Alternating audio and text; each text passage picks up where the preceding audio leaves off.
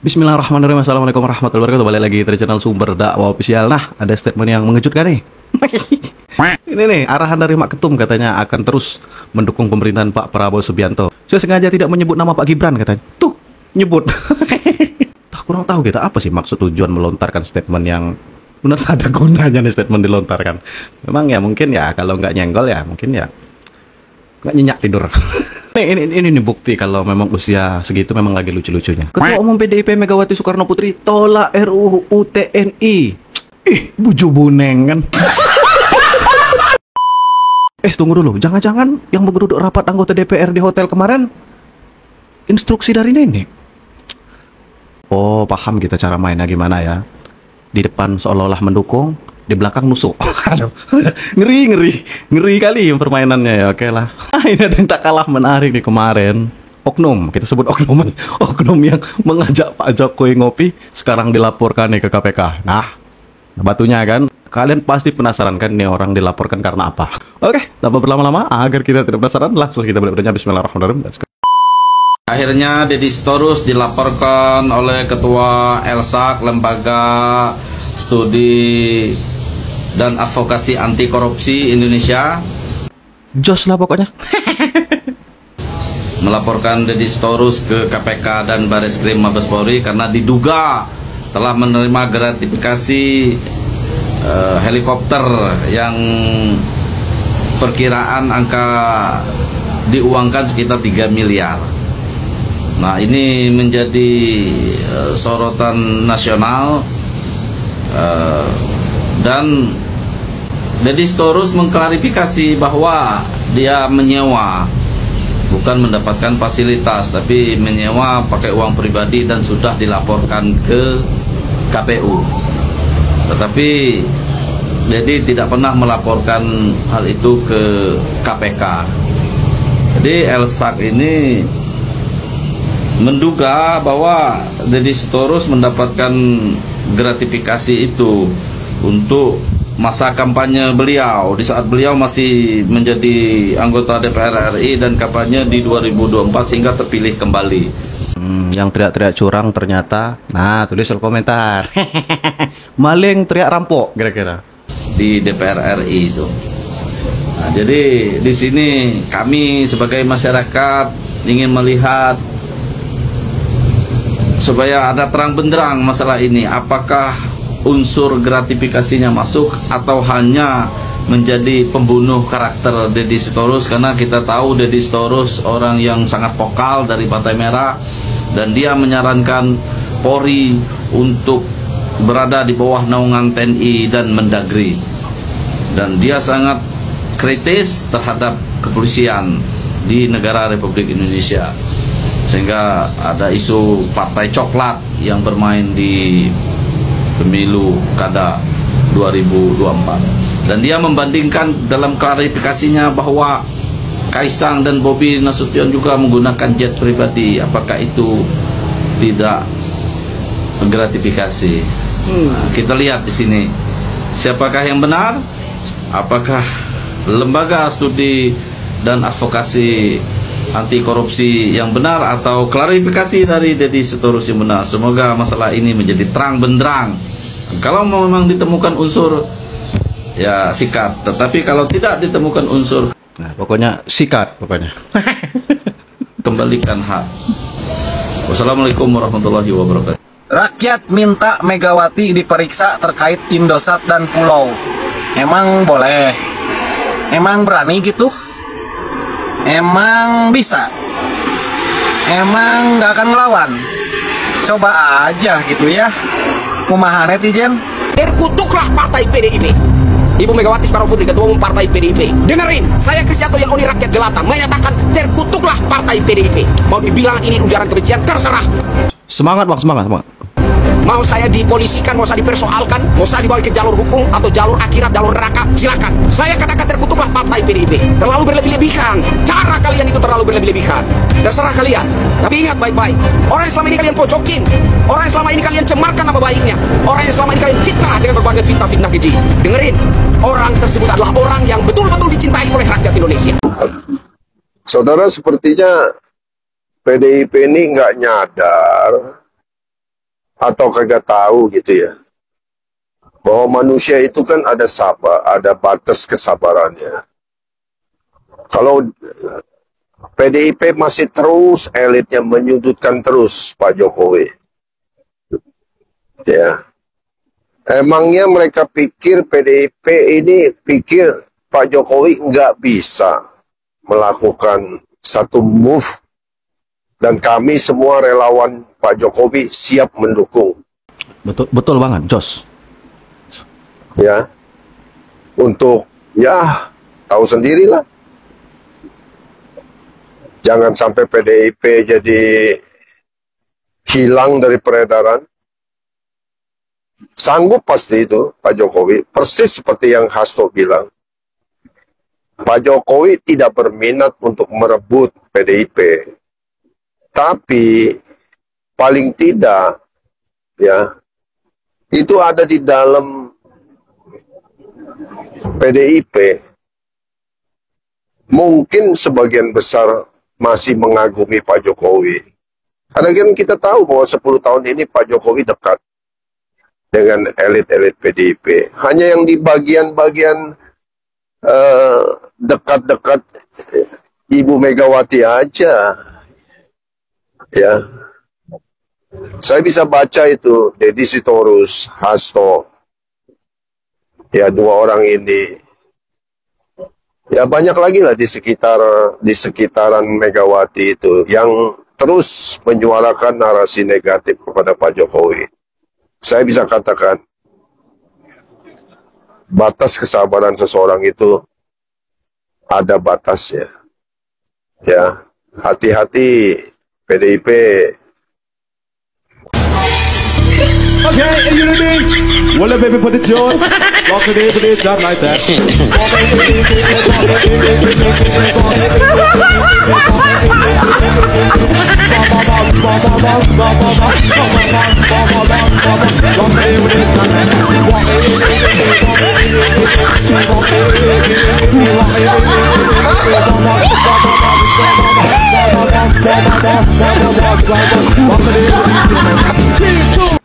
Yang edit Anda ganteng.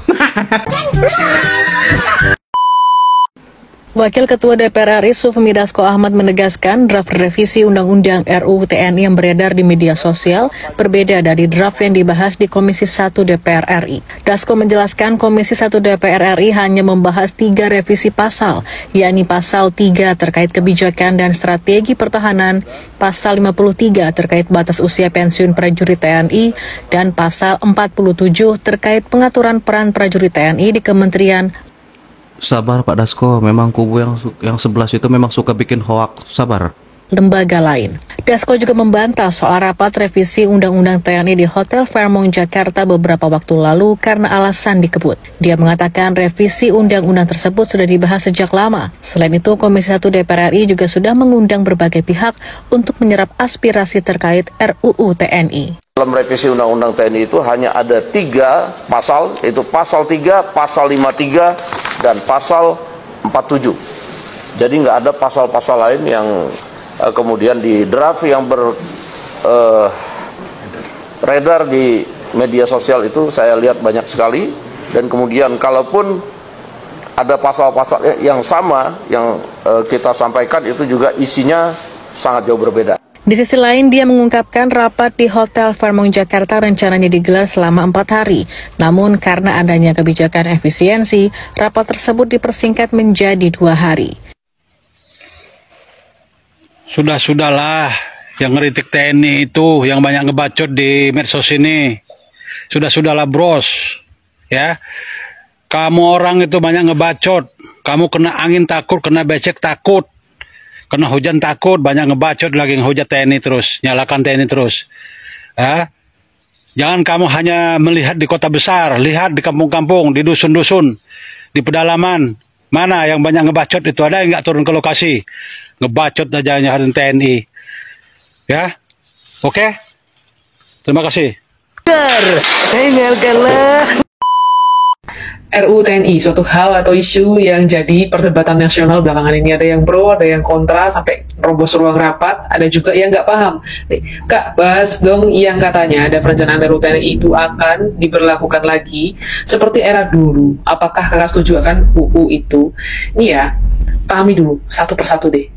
Yang pertama yang harus kalian tahu bahwa peraturan yang mengatur tentang Tentara Nasional Indonesia atau undang-undang yang mengatur tentang Tentara Nasional Indonesia itu sudah ada sebelumnya, dan itu adalah Undang-Undang Nomor 34 Tahun 2004, di mana sebenarnya Undang-Undang Nomor 34 Tahun 2004 ini sudah punya rencana revisi dari 2019, sudah masuk prolegnas. Jadi kalau ngeributinnya baru sekarang, saya juga nggak paham kenapanya. Itu yang pertama.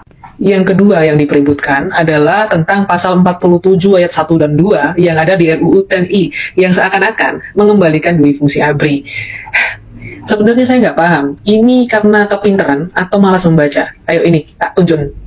Buat yang malas membaca dan malas mencari tahu, ini ya, ini yang di atas ini saya kutipkan pasal 47 ayat 1 dan 2 daripada Undang-Undang Nomor 34 Tahun 2004 ya, yang mengatur tentang Tentara Nasional Indonesia. Sedangkan yang di bawah sini ini adalah kutipan daripada pasal 47 ayat 1 dan 2 yang ada di RUU TNI. Baca dengan seksama. Itu kan cuman tuker nomor aja ayatnya, ayat 1 jadi ayat 2, ayat 2 jadi ayat 1. Terus kalian ributinnya baru sekarang, itu kenapa? Memang di RUU TNI ada penambahan kementerian dan lembaga tertentu yang bisa diduduki jabatannya oleh TNI aktif. Cuman kalian juga harus lihat reasoningnya masuk akal enggak gitu loh. Jadi kalau pasal 47 ini yang kalian peributkan kok konyol gitu loh. Enggak dari 2004 aja kalian ribut. Kan pada saat 2004 kalau misalnya aturannya seperti ini balikin dui fungsi ABRI enggak? Saya tak kutip teko tempo ya.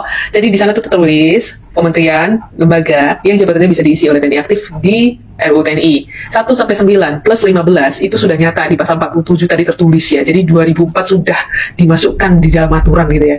Nih, penambahannya di 10 sampai 14. Kita lihat ya. 10 Kementerian Kelautan dan Perikanan. Coba pikir ya, kelautan, wilayah kelautan, kita punya wilayah yang harus dipertahankan. Di sanalah fungsi dari TNI Angkatan Laut ya. Pokoknya enak banget deh pokoknya dengar pemaparan dari Mbak ini. Jos.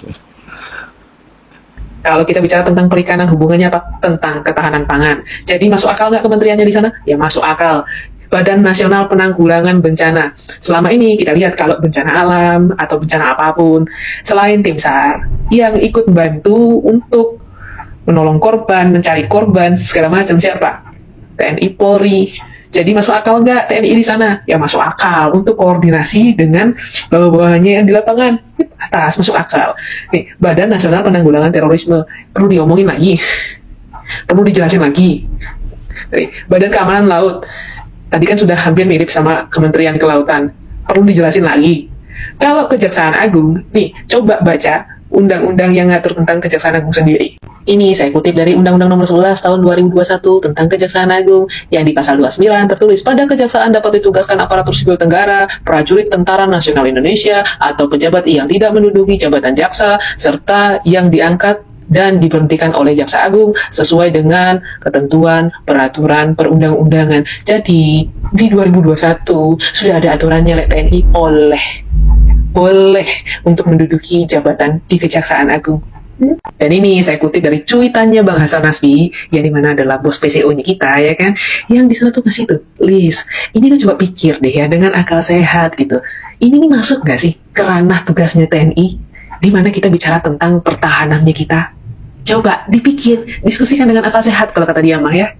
So please, jadilah masyarakat yang pinter. Jangan mudah terprovokasi oleh antek asing. Kalau kalian ributin masalah pasal 47 tadi, nyata dari 2004 itu sudah kita terapkan. Hanya ada penambahan kementerian lembaga yang bisa jabatannya diisi oleh TNI aktif.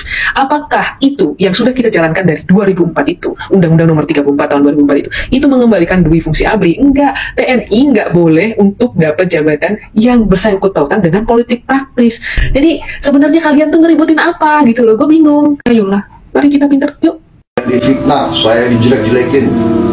Saya niatnya hanya berbuat baik untuk Republik ini. Dari letnan, kami pertaruhkan nyawa untuk Republik ini. Pak Derajat, Pak Arifin, penerbang helikopter. Penerbang helikopter setiap naik itu pertaruhkan nyawa. Cuaca jelek, kabut, angin kencang, pesawat jatuh. Ya kan? Saya bertempur di bawah, mereka harus turun, harus ambil anak buah saya yang korban, yang kena tembak, yang mati, yang luka. Peluru saya habis, mereka harus datang turun, ditembakin oleh musuh. Ini semua kita lulusan daerah perang semua. Tidak ada, there is no easy road. Bagi seorang patriot yang ingin berbuat baik, tidak ada jalan yang ringan. Itu pelajaran sejarah. Tapi juga saya ingat pepatah juga, ajaran dari orang-orang bijak. Tidak ada manusia yang utuh sebelum ia menjadi bagian dari perjuangan yang lebih besar dari dirinya sendiri. Jadi kalau Anda tulus, ikhlas, ingin berbuat baik di masyarakat, ingin melakukan perubahan, ingin mengabdi dengan kebaikan, dengan otakmu, dengan perbuatan yang baik, jangan, nggak usah takut halangan, nggak usah takut dijegal. Ya. Dijegal oleh orang jahat, kehormatan. Ya. Anda harus lihat, banyak tokoh-tokoh yang hebat di dunia ditembak mati. Abraham Lincoln tembak mati, Martin Luther King tembak mati, Gandhi tembak mati, Indira Gandhi tembak mati.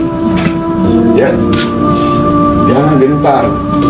Walter Monginsidi bela merah putih, tembak mati. Ngurah Rai bela merah putih, tembak mati. Tidak ada jalan ringan bagi seorang yang ingin berbuat baik. Kalau kalian mau aman, mau tenang, ya nggak usah keluar rumah, ya kan? Arisan saja. Maaf ya, saya bicaranya seperti ini. Saya bicara apa adanya, adik-adik ya. Saya bisa bicara yang enak-enak. Saudara-saudara sekalian. Kayak gini Pak. Ya. Kalian harus belajar dengan baik. Nanti masa depan kalian pasti indah. Kalau saya kan kejam, saya sampaikan, Anda mau berbaik, Anda siap, akan digoyang, tapi apakah Anda gentar? Ya kan? Nggak boleh takut dan biasa berbuat baik. Ya, percaya kepada yang Maha Kuasa, benar nggak? Tapi kalian pilih, mau jalan yang diridhoi Tuhan atau mau jalan yang nggak benar.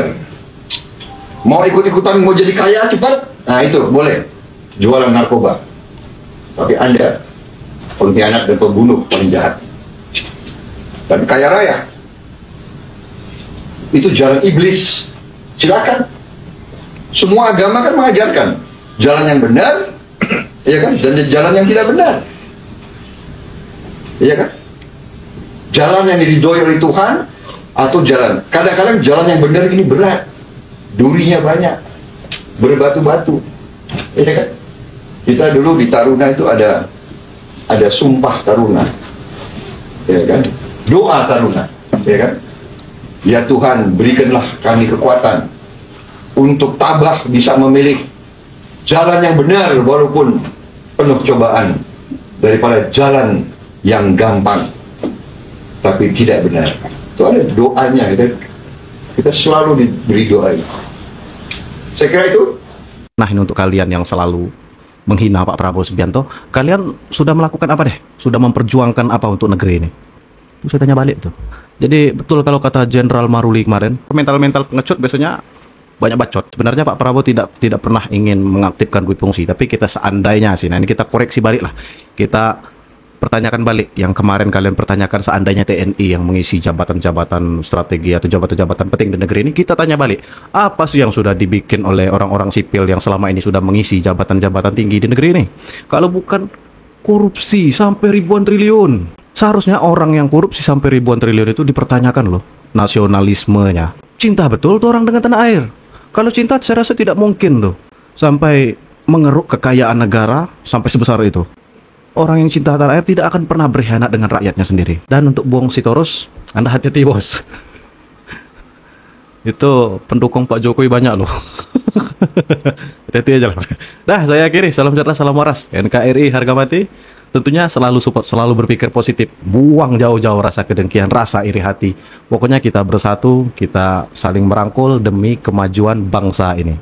Bangsa lain sudah sibuk loh bikin membuat teknologi yang canggih. Bangsa kita kok sibuk dengan kedengkian, masalah iri hati, masalah sakit hati. Aduh. Dah lah, cukup lah. Nah, saya akhiri. Wabillahi taufiq wal hidayah. Assalamualaikum warahmatullahi wabarakatuh.